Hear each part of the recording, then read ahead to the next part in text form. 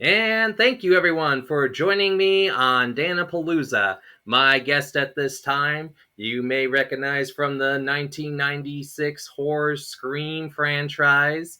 Everybody, let's give a virtual round of applause for Nancy Ann Ritter. Hi, guys. Hi, guys and gals. For those watching and future watching, people might remember from the 1996 horror movie Scream. Nancy was the girl in the bathroom, along with the cheerleader played by Leonora Scalfo. If you remember that scene with Nev Campbell, also have other projects to talk about, including Night of the Dead and The Only Ones. And for those looking for a fun convention experience, if you are in the San Antonio, Texas area, check out Queens of Horror Convention and make sure to go ahead and get your collectibles and come out and meet the wonderful, talented actress, Nancy Ann Ritter. Nancy, thank you for being on the show. Thank you, Dan. And Leonora and I are going to be at Queens of Horror, so we're so excited to be the bathroom girls package deal. So very excited, and Dan, very excited to be with you again because we hadn't seen each other since the end of April. So I'm so excited. So thanks for having me. Oh, we're welcome to have you back here. So let's talk about first about the Scream film from 1996. What to you was the best part of working on that film and set? Getting to work with Wes Craven was just magical, and he is amazing, and not just a gentle just a gentle soul. And he actually, that was my first movie. And kind of what was exciting was my friend. I went to Northwestern University, and my friend Julie Pleck was his assistant at the time. And so the story of how I got it, I think, is my most special memory, because it was all because of Wes Craven. So Julie called me randomly one day, and she said, I had just moved to LA. I maybe been there 5 months, and I was 22. And Julie said, "How tall are you?" And I said, "I'm 5'7". And she said, "Well, great. Wes Craven's narrowed the part of Sydney down to 5 actresses, one of them being Nev Campbell.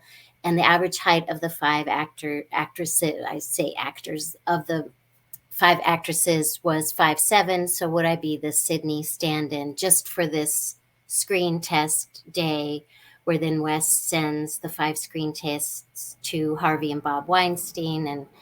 And so the first half of the day, he didn't need me. And it was Brittany Murphy, Nev Campbell, AJ Langer from My So-Called Life, who played Claire Danes' best friend, and then an actress named Megan Ward, who played Bailey's girlfriend in Party of Five, and she was in Joe's apartment with Jerry O'Connell. And then Alicia Witt was the 5th actress. So halfway through the day, and Wes was having them. It was 2 scenes. The first scene was when Skeet crawls in the bedroom window, and they have the little with Nev in her bedroom, and he's trying to get her nightgown to come, like a little below the Just nightgown. Peaksy. Wait, say again. The Peaksy. Yeah, yeah. So that scene, and they had a male stand-in for Skeet's part. And then the second scene was when the killer calls Nev for the first time. So Wes was having each actress. It was really fast. Each actress came in, did each of the scenes twice, and he had the camera set up and the lighting just kind of in at the same place. So I just kind of stayed on the sidelines, and he turned around to me suddenly, and asked me if I knew the lines to the 2 scenes.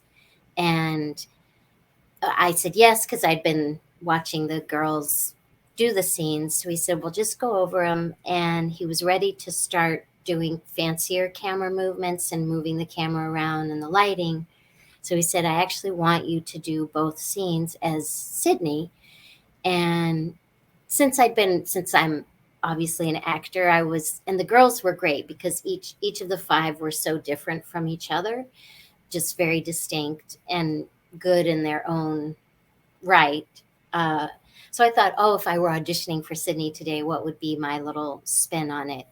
And so I did both scenes, and afterwards he beelined up to me, Wes Craven, and he put his hand out and shook my hand, and he goes, "That was excellent." And then he went to go. We were kind of in a big warehouse space, and he went to go check on the fifth actress that day, or one of the actresses, and he goes, "Have her read for one of the bathroom girls," referring to me. So that was very magical, very unexpected. I didn't go there that day hoping to be like, I just went to do, it was $75 for the little job. And I think it was good. I didn't go with expectations of like, oh, I hope Wes Craven will notice me. I just wanted to do whatever he needed on that particular day. And then at that point, once he kind of put his stamp of approval, his producing partner, Marianne Madalena, was there that day. Kathy Conrad, one of the other producers, and then Lisa Beach, uh, the amazing casting director who's cast so many amazing movies. She came running over and she said, once we finish casting the lead roles, she said, we'll start bringing actors in for the smaller characters. So initially I auditioned for the cheerleader, which Leonora is so perfect. I'm so not a cheerleader. It was probably, I've been acting since I was 9, but that was probably the worst audition I ever gave. And usually when you have the first audition, it's just with the casting director. So I was surprised when I went in. It was Wes Craven was there, Marianne, his producing partner, Marianne, and I I didn't have a cheerleading outfit, but I wore a little mini skirt and a little baby doll t-shirt that said girls rule. And so when I went to shake Wes's hand, even though we knew each other, he started bowing to me because of the shirt. But I think just that having that connection with him was very, not to sound cheesy, just was very magical, very unexpected. He was always had twinkle eyes with me and just always so nice. And so when it got closer, I didn't hear anything right away. And then I think initially, and I could be wrong, I think initially, I don't know if you remember the two girl in the party scene at the end. There are two girls that have a few lines to Courtney Cox. One's a curly dark haired girl, and one's a blonde. I could be remembering incorrectly, but I feel like they said, Wes really wants to use you in the movie. Would I accept one of those roles? And I said, yes. And then, literally out of the blue, they called, and it was this fast on a Wednesday, and they said, Wes has pushed up the shooting schedule of the bathroom scene, and he wants you to play the girl in the bathroom. Would I do that? And of course, I said yes. And that was on a Wednesday. I was on the plane on a Thursday, and we were on the set on Friday. So that's a long answer, but getting to work with him and just how wonderful he was to me. And then the second thing, just to quickly say, was Leonora Shelfo, the cheerleader. She was just so warm and kind with me. And she had done movies before, and she grew up in a movie family with a movie actress mom and grandma. So, and she was living with Skeet at the time. She could have been pretentious, and she wasn't at all. And so she made that whole experience, because I was so nervous being on a movie set for the first time. So those two, Wes and Leonora. And then I do have to say, if it weren't for Julie Pleck, his assistant, who called me to be the stand-in that day, she got the ball rolling, and she was a year ahead of me at Northwestern in college. So, okay. And then one last thing, shooting up in Santa Rosa, north of San Francisco. I'd never been to Northern California, and that was just beautiful. So that was many answers, but but yes. So yeah, there were so many things, but those are the ones that come to my mind right now. Well, I do find it interesting also because when you started acting, you said at the age at 9. That was the same for me as well. So You um, yes, yes, I did a first talent show when I was in third grade, so I was about 9 or 10. Dan, I didn't know you had started acting. So, did you grow up in West Virginia? No, I am actually from Chicago. So Northwestern Mhm. is a part. That was my dad's favorite football team was Northwestern. So um, I grew up in Illinois, and then I moved here around 19, almost like when Screen came out, like in '96. How old were you? Because I know you're younger than I am. How old were you in you don't if you don't want to say, but when in It's 1996, how old were you, or how old were you when you first saw Scream? I was about 11, 12, like And around did that you time. see it in the movie theater or on VHS? I went and I went to the I wasn't allowed to go to the movie theater for that. So, when we were allowed to pick movies out, I just put that in my pile, No, It just no, that's so cool. No, that's so cool. And then did you keep acting? So you would have started in Chicago acting when you were 9, and um, then did you so, keep acting? um, not for a while because I played sports for a while. Yeah, So, um, I would play different sports like basketball and soccer and hockey. Hockey was a passion of mine at the yeah, time.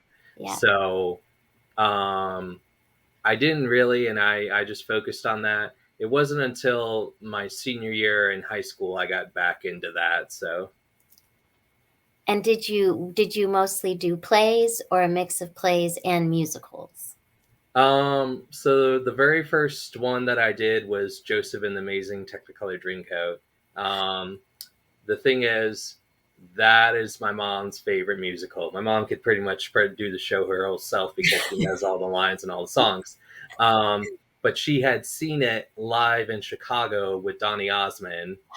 Yeah, Um, and so I because I rode in the car with her a lot, I knew all the songs. So yeah. I had like this advantage because I knew all the colors of the coat because we've listened to it many times, and so um, I got like a small part into that, and then that was like my senior year of high school, and then a teacher of mine knew that I still wanted to do that, and they were doing a community play, and so I went from having like a background to being a character that had a musical number, and I had backup dancers too that would just like sway with me and everything, so Backup dance. Wait, which musical was it? it's a play about kids who run away from their problems. It's by Elizabeth Swatos. It's called Runaways. Oh, I haven't read it or seen it, but I know Yeah. I've heard of the play and I've heard of her as a playwright. That's so cool. So I did that, and then I got involved with the college, and then I was in like Wizard of Oz, and then like um, I wasn't like like I could sing like a certain amount, but I'm not like the best, and sometimes you have to you know compete a lot more, so sometimes it was easier with the straight plays because you didn't Yeah. have.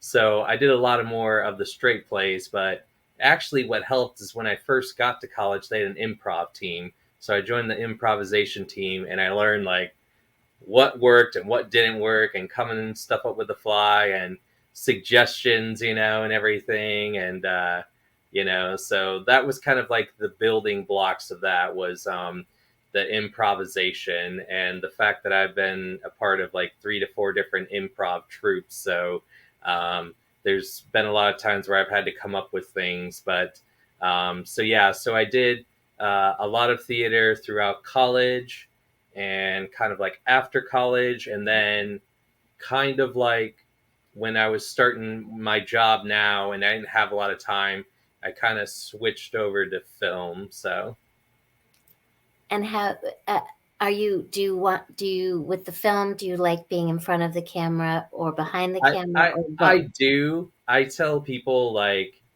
um because of like my job and everything like that, like I'm more kind of like a for smaller stuff or like a quirky this or that or Yeah. something. But Yeah, I enjoy that. The film that I got to do, one of my first films, is it's called The No Knock List, and I play a demented evil chef in that thing, and he is trying to poison one of the other characters, and I had to learn on the fly, and I had a brilliant director, Rich Rule, give me advice on like how to work with the camera, and it was like it was a nice learning experience, but like it taught me because I was so used to just talking to people. So when you have Yeah. to, talk to the camera or look from here to there, so it was another learning curve. But it was a lot of fun doing that film, uh, and then I did a couple of other films after that. But that one will always be special to me because like I just love that I got to play somebody kind of evil and have an evil laugh, and it was a lot of fun. I don't know if it's on Amazon Prime anymore, but yeah, it is on DVD and Blu-ray. And it's called the No Knock It's List. called No Knock List, No Knock List. and basically it's these guys who try to um, they try to jump this like bed and breakfast, and it's like a quick thing, like they're fugitives on the run, they're gonna you know get all this stuff, and then the people who run this are like evil. So Well, no, that's a good stretch for you to get to play because you're anything but evil. And you have great, I hope you have you have a great face and the dimples, and you're so handsome, but you're so jolly and kind. So I think it's so fun to get to play opposite from what you're like in everyday life. yeah, between that and then the last film I did, I was the leader of a biker gang. That was the last one, and I was like the shortest, like out of everybody. But I like that because like it's based on a real life event of what happened to a police officer, and the fact that I ran my mouth and everything like that, and uh, Um, and it was based on a true story. Wow. yeah, on a true story about a cop who went through a bad time in life, and sometimes he would be aggressive, when doing that, and then how he finds Jesus and he comes to terms. That's so interesting. I've been because I'm temporary. Well, I'm here in Alexandria, Virginia.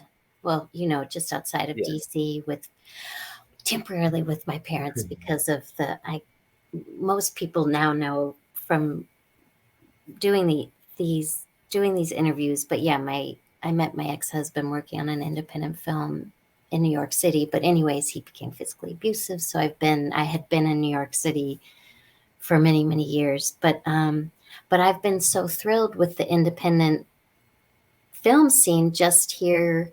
The the one you mentioned, the only ones we shot in Shepherdstown, Okay. um, and then Night of the Undead. They shot in Kentucky, but I played my little character is on a FaceTime phone call, so you see me via FaceTime. And then um, another film that we just completed. It's called Girl 2, like Girl and then the number 2. It's a sequel to Girl 1. And that we're shooting in Warren, Ohio right now.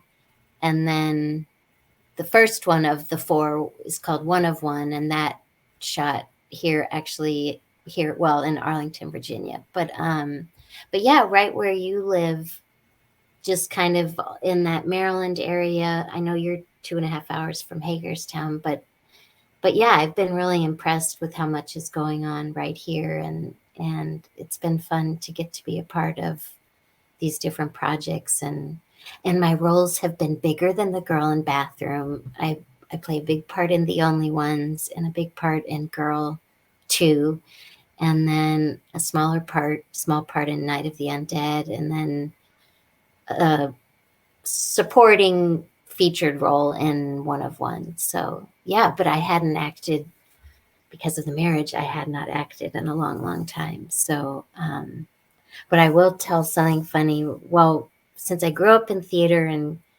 getting to do a lot of professional theater, uh, in Washington, D.C., and then in Chicago. And then LA actually has a nice little, people don't think about LA as a, obviously it's a movie and TV town, but it has a great little theater community scene there. So I got to do some plays there I was really proud of, and then in New York City. But in Scream, I'll never forget when they were doing our when Wes was doing our close-ups in the mirror. They removed each mirror and put the camera up where the mirror is supposed to be, and they first did my close-ups and then Leonora with that great little monologue that she has. So when Wes was doing my close-ups, he came into, because the bathroom was a fully built bathroom in this warehouse space. So he came into the bathroom and he goes, "Nancy Ann, you look grotesque." And he said, "It looks like you're playing to a Broadway theater of like 1,000 people." And he was smirking, and I knew exactly, like, I like directors and my acting teachers to be very tough and direct with me. Yeah. I don't want them to be mamby-pamby or uh, Hold your feel hand. like, say again? Hold your hand. Yeah, yeah.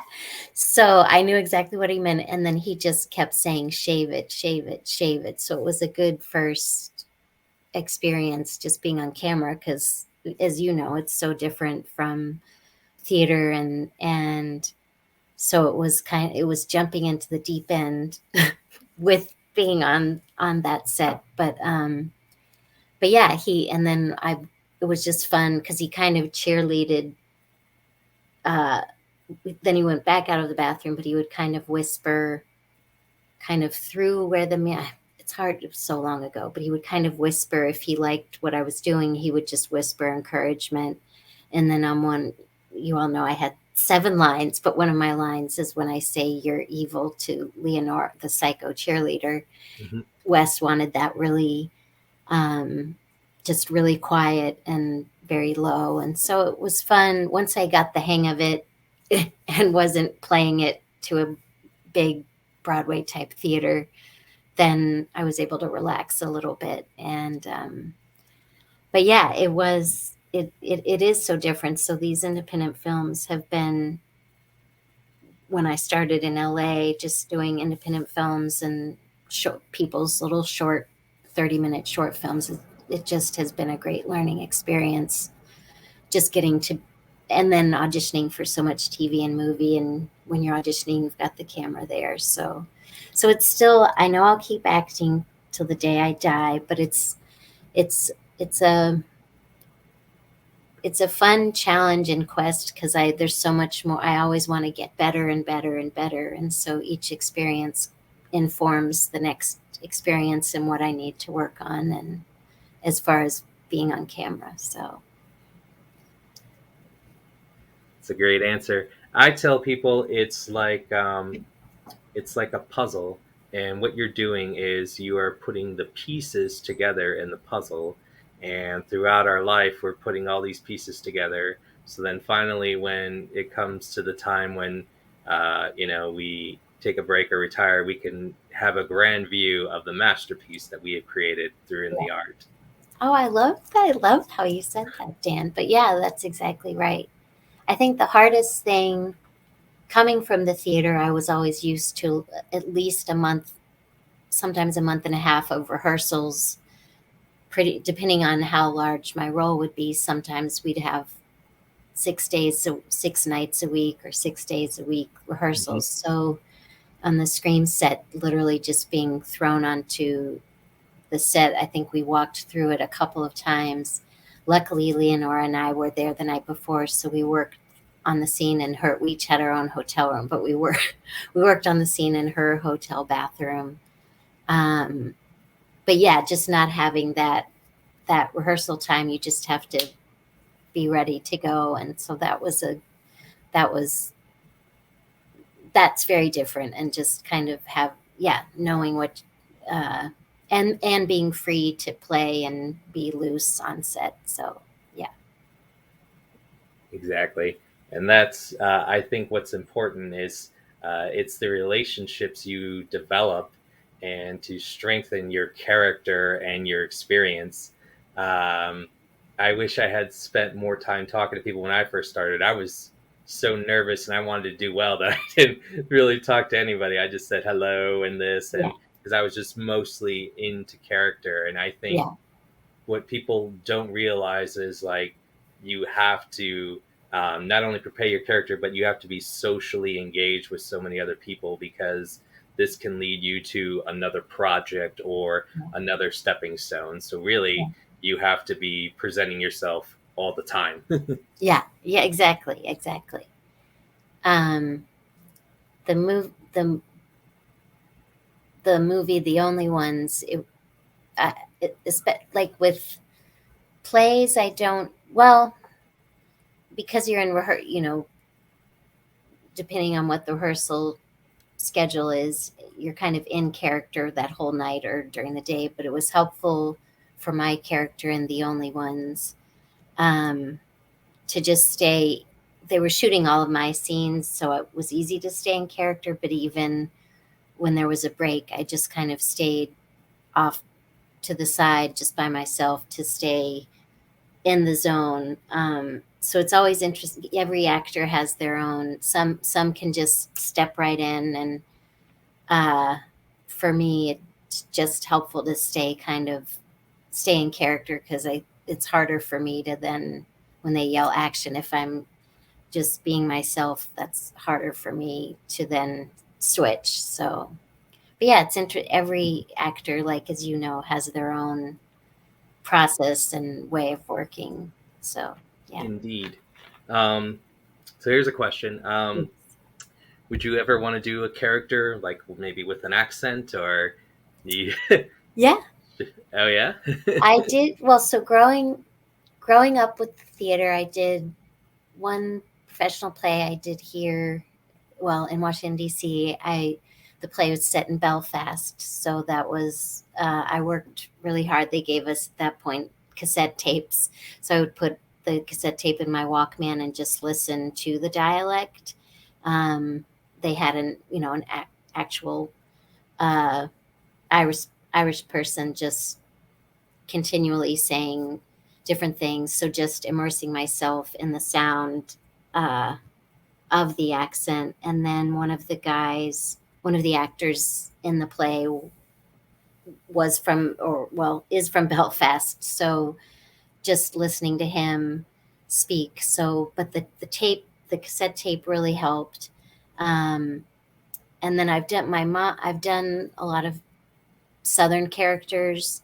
Uh, but my mom grew up in Dallas, Texas, so I've kind of been around a Southern twang. But I did do a play. So yes, I love doing accents. It's an extra challenge, Mhm. in addition to creating the character, then Oh adding yeah. on the accent.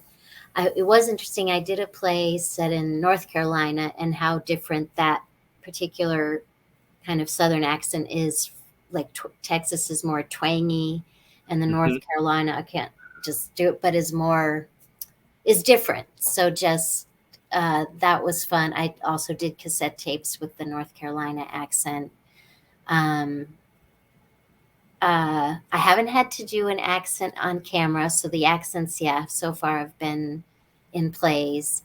Um, yeah, so I have, but yeah, it would be an added challenge, but uh, being able to have a recording that you're just listening to a lot is the most helpful, I think, would be the most helpful for me. And then if you know somebody who's from the specific region, talking to them, yeah. But if I were having to do an accent in a film, I would have to just, even on breaks, just keep it going. Otherwise, it would be too hard to go in and out of the accent. So I was really impressed. I don't know if I love Kate Winslet, and I don't know if you saw the show. I think it was a year ago, called Mayor of Easttown, and it's Mhm. Mare. Did you see it? I've heard of it. It's so good, and it's only like 6 or 7 episodes. And at first, when I watched it, I was like, "What accent is she doing?" But what I found so interesting was she first had to strip herself of her British accent, but where the film was set was this Pacific little town in Pennsylvania that has a very thick. I was born in Pennsylvania, but this particular, I mean, we left when I was 1 year old, but this one little region has a very thick Pennsylvanian accent. So then she had to layer that particular accent onto her American accent. And I was just really impressed because it was not an accent I had ever heard before. Um, I want to say it's Delaware County. I mean, it's called Delaware County, but in Pennsylvania. But if you watch that show, I think you'd be impressed with her with her accent. And then Evan Peters does a good job with the accent. Julianne Nicholson. But yeah, it's such a great show. But I thought that was a real testament with Kate Winslet. How on earth, yeah, the how on earth she had to. I know I keep repeating myself, but I was just so impressed, stripping the British accent into the American accent, but layering on this crazy Pennsylvanian accent was really fascinating. Awesome. Well, I'd like to go ahead and thank my guest at this time for Dan-A-Plooza. I'd like to thank the talented Nancy Ann Ritter for being a guest. Nancy, is there anything else you would like to say or promote as we wrap it up here? Sure. I can't remember if I said, but in Girl 2, Leonora and I, the cheerleader, and I are in the movie Girl 2, and we have big parts in that, and it's set in a mental institution. And there's actually another great, they're amazing actors in that. Another actor in it is Gigi Edgley, who we Okay. just did a Comic-Con with her, and she Mm-hmm. was in that TV show Farscape. Farscape, Chiana. Yep. Yeah, so she was great. I mean, they all were really great. The lead of the film is Lisa Neild.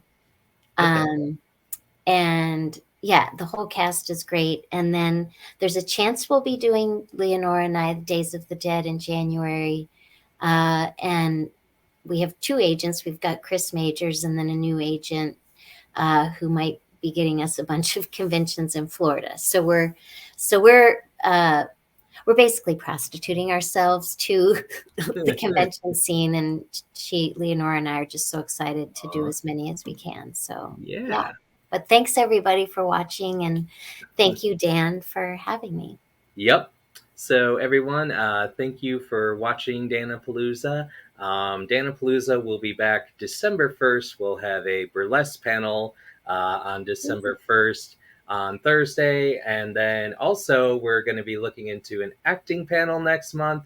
We also have one of the original Glow wrestlers, Sunny, Patricia Summerland will be on here, and music and wrestler Brian Hardy. So stay tuned for more amazing guests. Thanks for watching Dan-A-Plooza, and have a good night.